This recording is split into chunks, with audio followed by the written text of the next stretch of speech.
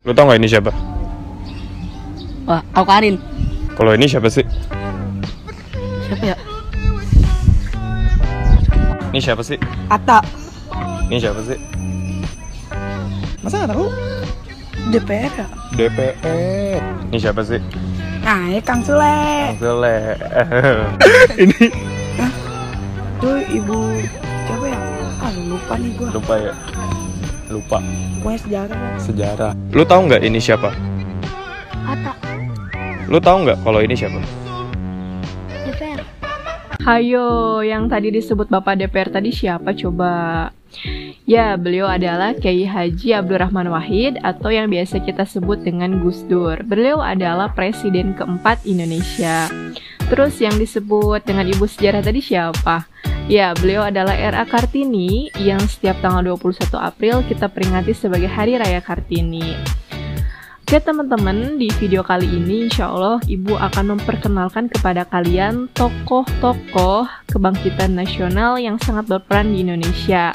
Nah sebelumnya, Assalamualaikum warahmatullahi wabarakatuh. Apa kabar teman-teman semua? Semoga sehat selalu ya dimanapun kalian berada. Jangan lupa berdoa terlebih dahulu. Tokoh pertama yang ingin Ibu kenalkan kepada kalian adalah Dr. Wahidin Soediharsodo. Beliau lahir pada tanggal 7 Januari 1852. Ya, sekitar 1 abad yang lalu lah ya. Wow, tapi masih dikenang sampai sekarang. Ya, beliau adalah seorang dokter lulusan dari Stovia, Sekolah Dokter Jawa. Walaupun beliau ini seorang dokter, tapi beliau ini senang bergaul dengan rakyat biasa. Nah, dari kegemarannya bergaul dengan rakyat biasa ini, akhirnya beliau tuh tahu kalau ternyata banyak warga Indonesia yang menderita akibat penjajahan. Akhirnya beliau berpikir bagaimana ya caranya agar bisa membebaskan. Oh, beliau itu punya gagasan bahwasanya bisa membebaskan rakyat Indonesia dari penjajahan adalah dengan pendidikan atau mencerdaskan rakyat. Nah, lalu beliau bersama rekan-rekannya mendirikan surat kabar 2 bahasa bernama Retno Dumileh. Nah, lewat surat kabar inilah beliau menulis gagasan-gagasannya tentang nasionalisme, pendidikan masyarakat, persamaan derajat, budi pekerti, dan masih banyak lagi. Kemudian beliau bertemu dengan Sutomo. Beliau berdiskusi dan akhirnya lahirlah sebuah organisasi yang bernama Budi Utomo. Ya, jadi beliau ini adalah salah satu founder atau pendiri dari organisasi Budi Utomo yang lahir pada 20 Mei 1908. Organisasi yang menjadi pelopor bangkitnya nasionalisme di Indonesia. Nah, selain mendirikan organisasi ini juga, Dr. Wahidin Soediharsodo memberikan pelayanan kesehatan gratis kepada rakyat sekitar. Dr. Wahidin Soediharsodo meninggal pada tanggal 26 Mei 1917 di Sleman, Yogyakarta. Tokoh kedua yang ingin Ibu kenalkan kepada kalian adalah Sutomo. Sutomo lahir di Desa Ngepeh, Jawa Timur pada tanggal 30 Juli 1888. Nah, kira-kira beda berapa tahun tuh sama Dr. Wahidin Soediharsodo? Ya, beliau adalah seorang dokter lulusan dari Stovia. Beliau ini tertarik dengan ide dari Dr. Wahidin Soediharsodo yang ingin memajukan pendidikan sebagai jalan untuk membebaskan rakyat Indonesia dari penjajahan. Nah, akhirnya beliau bersama teman-teman yang lainnya di Stovia mendirikan organisasi Budi Utomo dan beliau diangkat sebagai ketuanya. Jadi selain founder, beliau juga adalah ketua dari organisasi Budi Utomo. Nah, setelah lulus dari Stovia, beliau ini ditugaskan di beberapa kota, sering pindah-pindah. Nah, pernah membantu membasmi wabah pes di Magetan saat itu. Jadi dulu juga pernah ada wabah ya teman-teman. Nah, karena sering berpindah-pindah tempat nih, akhirnya beliau juga jadi tahu kondisi rakyat di sana, bahwa mereka itu menderita dan sengsara akibat penjajahan. Akhirnya beliau ini tidak memasang tarif kalau ada yang mau berobat kepada beliau, bahkan mungkin digratiskan. Selain dokter, pendiri organisasi, pendiri sekolah, Sutomo juga aktif menjadi wartawan, bahkan menjadi pemimpin di beberapa surat kabar. Keren banget ya. Beliau meninggal di Surabaya pada tanggal 30 Mei 1938. Selanjutnya ada host Cokro Aminoto, Haji Umar Said Cokro Aminoto. Beliau lahir pada tanggal 16 Agustus 1883 di Ponorogo, Jawa Timur. Beliau ini lulusan dari Ospia, sekolah bagi calon pegawai pemerintah. Nah, beliau ini bekerja sebagai juru tulis di Ngawi. Nah, kemudian beliau ini pindah ke Surabaya, dan di Surabaya beliau bertemu dengan Haji Samanhudin selaku pendiri organisasi Sarekat Dagang Islam. Nah, beliau ini akhirnya bergabung ke SDI itu. Setelah bergabung, beliau ini punya usulan bagaimana nih kalau misalkan Sarekat Dagang Islam ini kata dagangnya itu dihilangkan, supaya jangkauan organisasi ini lebih luas, tidak hanya berbicara tentang perdagangan saja. Nah, akhirnya usulan dari host Cokro Aminoto ini diterima oleh semuanya dan berganti nama jadi Sarekat Islam. Kemudian awalnya host Cokro Aminoto ini jadi komisaris, lalu menjadi pemimpin dari Sarekat Islam.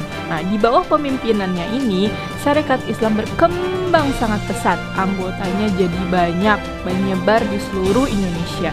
Beliau ini memiliki julukan Raja Jawa Tanpa Mahkota dan terkenal dengan triloginya, yaitu Setinggi-tinggi Ilmu, Semurni-murni Tauhid, dan Sepintar-pintar Siasat.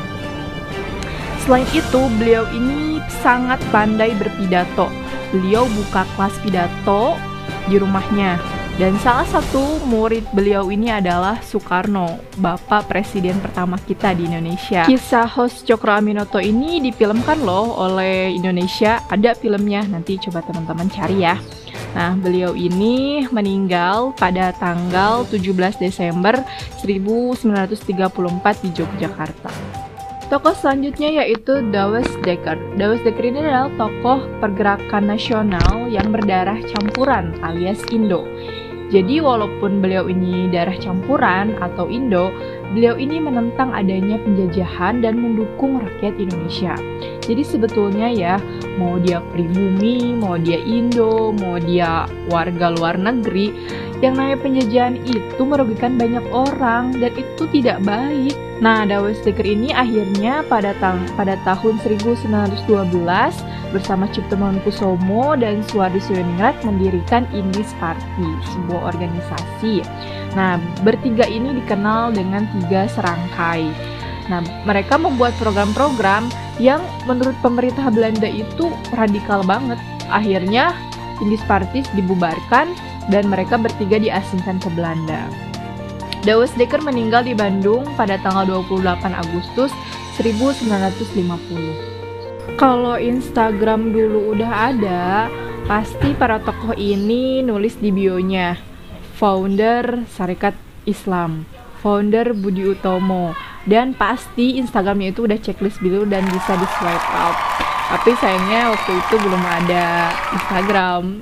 Tokoh selanjutnya yaitu Cipto Mangunkusumo. Gak asing dong ya dengan namanya. Ya, karena nama beliau ini dijadikan sebagai nama rumah sakit di Jakarta, yaitu Rumah Sakit Cipto Mangunkusumo. Cipto Mangunkusumo lahir pada tanggal 4 Maret 1886. Beliau adalah seorang dokter lulusan dari Stovia. Ketika sekolah di Stovia, beliau ini punya julukan, yaitu N Beagle Leerling, artinya murid yang berbakat. Jadi beliau ini rajin, pinter, rajin pula. Nah, setelah lulus dari Stovia, beliau ini bertugas sebagai dokter pemerintah Belanda di Demak. Dan beliau ini juga merasa prihatin atas kondisi rakyat Indonesia saat itu. Akhirnya, beliau ini membuat tulisan yang berisi kritikan sangat pedas untuk Belanda. Karena tidak suka atas tulisan ini, maka pemerintah Belanda akhirnya memberhentikan Cipto Mangunkusumo sebagai dokter pemerintah Belanda. Terus kalau sudah diberhentikan, berhenti gitu aja? Ya enggak dong. Akhirnya pada tahun 1912, Cipto Mangunkusumo bersama Douwe Dekker dan Suhardi Suyaningrat mendirikan Indis Partij. Indis Partij ini memberikan dampak yang luar biasa terhadap kesadaran rakyat Indonesia saat itu. Dan pemerintah Belanda merasa adanya Indis Partij ini sebagai ancaman yang luar biasa. Akhirnya Indis Partij ini dibubarkan. Selain dibubarkan, para pendiri dari Indis Partij juga, yaitu Cipto Mangunkusumo, Douwes Dekker, dan Suhardi Soejoerningrat itu diasingkan ke Belanda. Cipto Mangunkusumo wafat pada tanggal 8 Maret 1943. Suhardi Soejoerningrat lahir pada 2 Mei 1889 di Pakualam. Beliau ini sempat bersekolah di Stovia, tapi tidak sampai lulus karena sakit. Nah, beliau ini sempat bekerja sebagai wartawan di beberapa surat kabar. Nah, tadi ya, bersama Douwes Dekker dan Cipto Mangunkusumo, Suhardi Soejoerningrat mendirikan Indis Partij.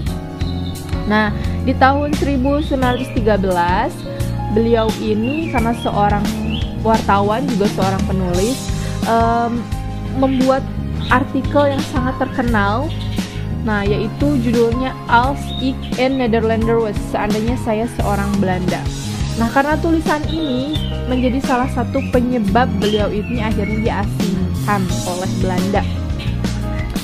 Nah, awalnya diasingkannya di Pulau Bangka, tapi diprotes sama Cipto Mangunkusumo dan Douwes Dekker. Akhirnya mereka diasingkan ke Belanda bareng-bareng. Nah, setelah kembali nih dari pengasingan di Belanda, Suhardi Soejoerningrat ini mendirikan sebuah sekolah di Indonesia. Namanya adalah National Underwijs Instituut Taman Siswa atau Perguruan Nasional Taman Siswa. Nah, Suhardi ini punya slogan untuk sekolahnya ini yang kita kenal sampai sekarang, yaitu Ingar Sosum Tolodo, Ingma Diamangun Kasa, dan Tuturi Handayani. Di depan memberi contoh, di tengah memberi semangat, di belakang memberi dorongan. Nah, Tuturi Handayani ini sampai sekarang dijadikan lambang dan semboyan Kemendikbud. Nah, pada usia 40 tahun, Suhardi Soejoerningrat ini berubah nama menjadi Ki Hajar Dewantara. Atau kita kenal beliau ini sebagai Bapak Pendidikan Indonesia, karena pada masa kemerdekaan beliau pernah menjabat sebagai Menteri Pendidikan. Ki Hajar Dewantara ini wafat di Yogyakarta pada tanggal 26 April 1959. Nah, itu tadi tokoh-tokoh pada masa kebangkitan nasional. Nah, setelah kenalan sama mereka, semoga teman-teman juga bisa dapatkan pelajaran dari kisah mereka ya. Oke teman-teman, video kali ini cukup sampai di sini. Semoga bermanfaat. Ibu pamit. Assalamualaikum warahmatullahi wabarakatuh.